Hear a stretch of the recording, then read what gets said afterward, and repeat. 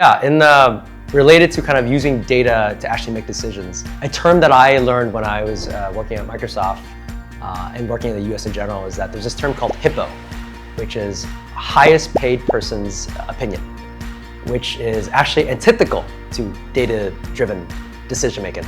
Because essentially, instead of relying on the data, relying on good ideas, where it can come from anywhere, some organizations essentially just default to the HiPPO decision framework, which is whoever is the most senior person, they make the final call. I think that's antithetical, like I said, to just data-driven decision making. And I've seen that in many places I've worked, both in the US and in Vietnam. But in general, I do think maybe in Vietnam where the data is not as ready and not as truly applicable to many spaces, it ends up defaulting to HiPPO.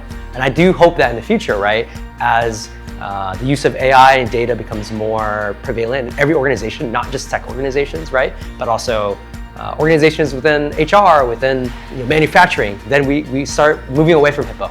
And we start moving to the best idea and the idea that makes the most sense, that has the most data to back it. That's the hope, and I think it will eventually get there. I think that is just one area that I've seen a bit here, and I think it will change in the future.